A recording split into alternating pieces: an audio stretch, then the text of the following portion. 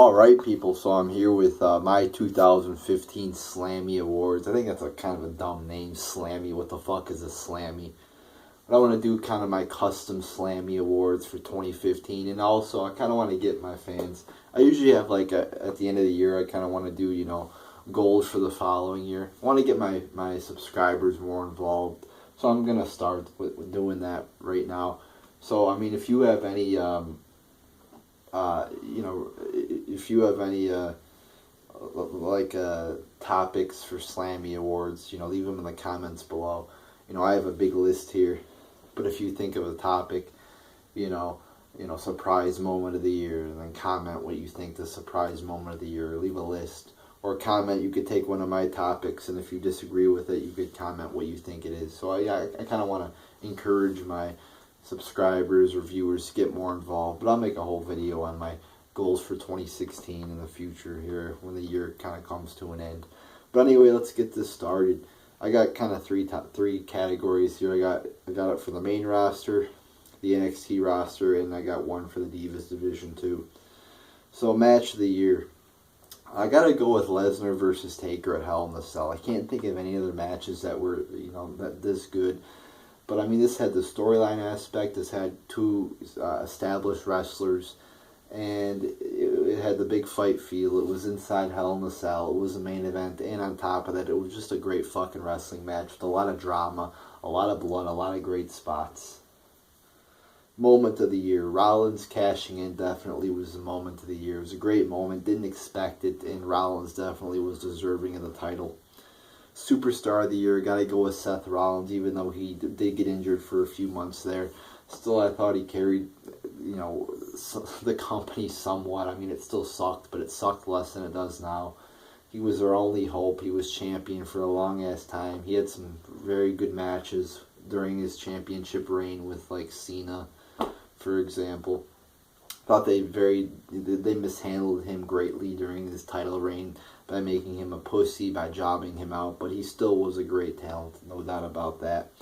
Dumbest moment of the year, Reigns winning the title, totally undeserving of the title belt. I talked about this throughout the entire year, how much Reigns sucks, so I'm not really going to talk about it too much now, but that was definitely the dumbest and most depressing moment of the year.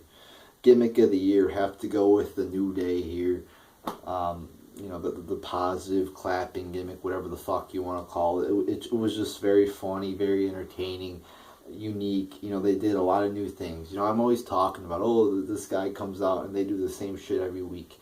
Well, I mean, the New Day varied it up. They did different fucking promos. 1 week they were, they did the unicorn thing, they did the trumpet thing, or I think it's like the trombone, whatever the fuck it's called. They did a lot of new things, and they incorporated a lot of new things into their fucking gimmick, which was great. And then that leads into the tag team of the year, which again is the New Day. I mean, the tag team division isn't that talented. I mean, the New Day is kind of the only established tag team. Everybody else is pretty much jobbers. I mean, not full-on jobbers, but pretty much jobbers. I mean, again, they do nothing to build up anybody in this company.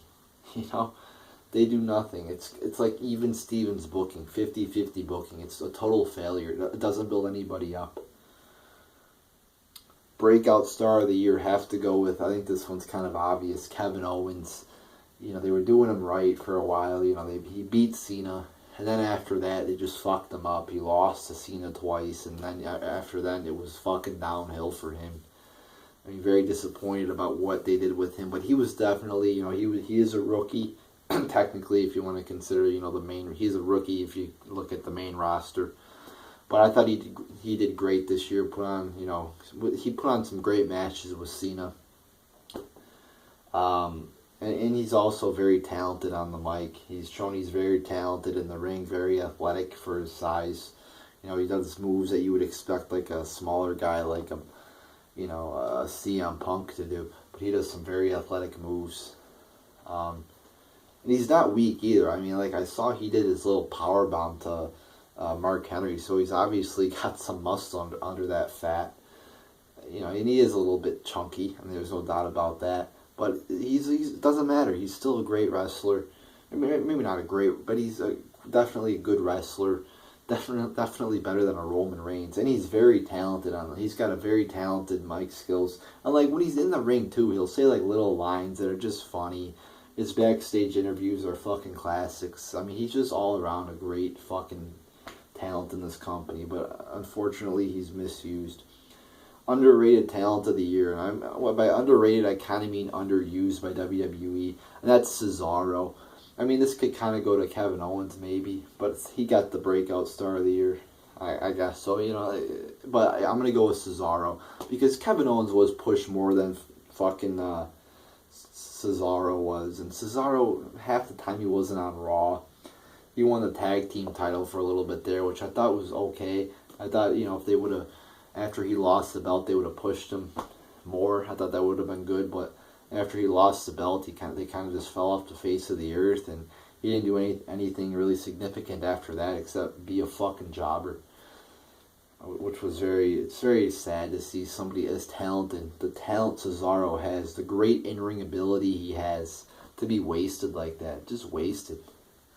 And they make the excuse, oh, he's not good on the mic. Well, isn't that why you gave him Paul Heyman?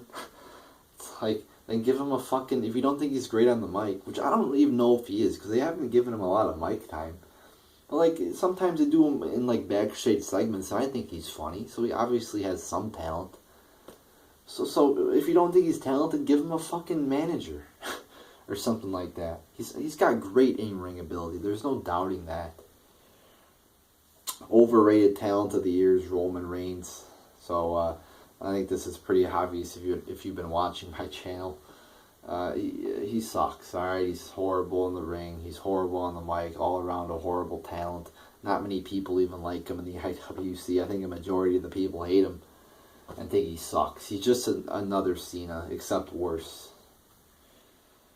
He sucks. And you know, if you look at it like a fucking Orton, at least Orton's not like a fucking top, you know, he's not like the top in the top 3. You know, maybe at one point he was, but like, he's not consistently, I guess, the top, like if you look at Roman Reigns, like throughout the whole year this year, he was always like in the main event or in the upper mid card, or you know, beating everybody, you know, beating up 3 guys at once, while guys like Rollins are, you know, his team's 4-on-2, you know, and he can't even beat up anybody. It's like that shit just pisses me the fuck off. Return of the year.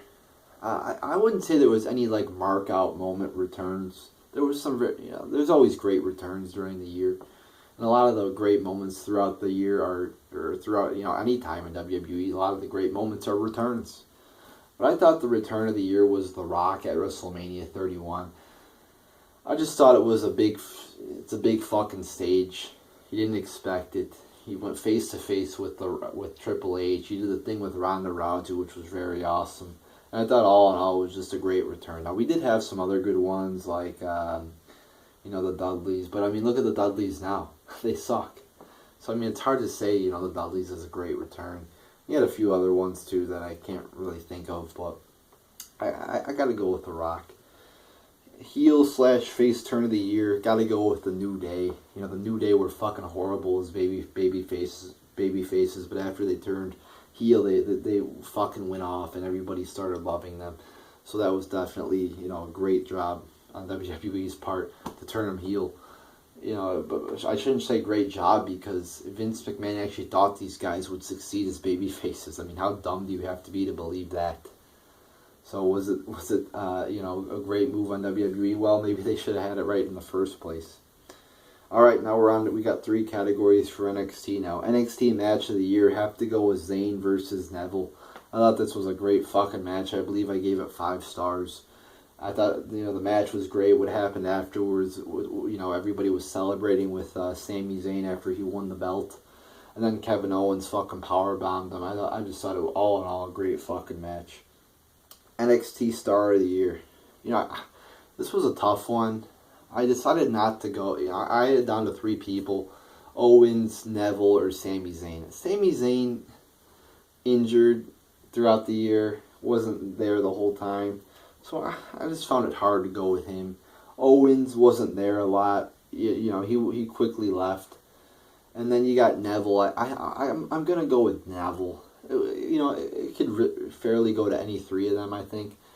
You know, but I don't know why. But I think Neville put on a lot of great matches when he was there, especially during 2015. And I think he was a good champion. Obviously, he's very talented, very athletic in the ring. The only part of the game he has to work on, I think, is his mic skills.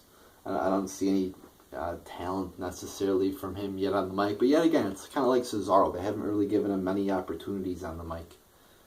So maybe they should. I mean, what do they have to lose now in this company? It's going down the fucking drain. Might as well try something new. Give Neville some mic time. It's not like that could be any more boring than what we got already. NXT Diva of the Year, Sasha Banks. Sasha Banks put on some classic matches. You know, most notably, I think, with Bayley. Had a great fucking match there, the Iron Man match. And I think she had one other great match with Bayley, too. So, you know, I mean, you could go with Bayley, too. But, I don't know. I had to go with Sasha. You know, I don't know. It's like, I think Sasha contributed more to the match than Bayley did, maybe.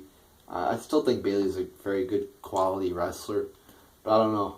You know, it's like, I just felt like Sasha was the person to go with. Then that leaves me the last category here, Diva of the Year.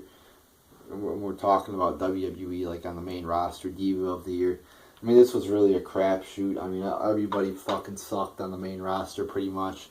I'm not saying they're not talented, but I mean, the creative team just brought this whole fucking division down to the ground. And I don't know. I just pretty much picked a random diva. I just went with Paige. You know, Paige had some talent in NXT. And she maybe showed some talent here on the, you know, this year. Very, very rarely showed some talent. So I don't know. I just went with Paige. I mean, you can't go with Sasha Banks because she was hardly on the fucking product this year. What was she wrestled like 3 matches on Raw this year? So I mean, you can't fucking give it to fucking Sasha Banks. And Bella sucked. Charlotte didn't do anything special. Becky Lynch didn't do anything special. Natalya, I mean, wasn't even there half the year. The other half, she wasn't even on the fucking show. You know, AJ fucking retired. I mean, who am I supposed to go with? Everybody fucking sucked. I should have just picked nobody. Nobody's qualified to receive it. But I guess I'll just give it to Paige for the hell of it. So there you go, people. There's your 2015 Slammy Awards for WWE. So again, if you have any other categories you want to create, you know, comment it below. And if you, again, want to pick an alternate for any one of my categories that I created, again, comment it below. You know, I want to, it's good to have discussions and just have fun, you know, talking about wrestling in a civilized manner. Civilized, as I point out, you know, we all have our opinions, and I don't really get mad if somebody else has a different opinion of mine. So leave them in the comments below, and I usually try to comment on most of my comments too. Or at least like them or do something, or probably like 95% of the comments, like, you know, either leave a like or comment, or if I see somebody else has commented on it, I might leave it alone. But usually if you comment it below, you're going to get some response. So, you know, always try to comment a response or like. You're going to get something probably. So there you go, people. There's your fucking 2015 Slammy Awards.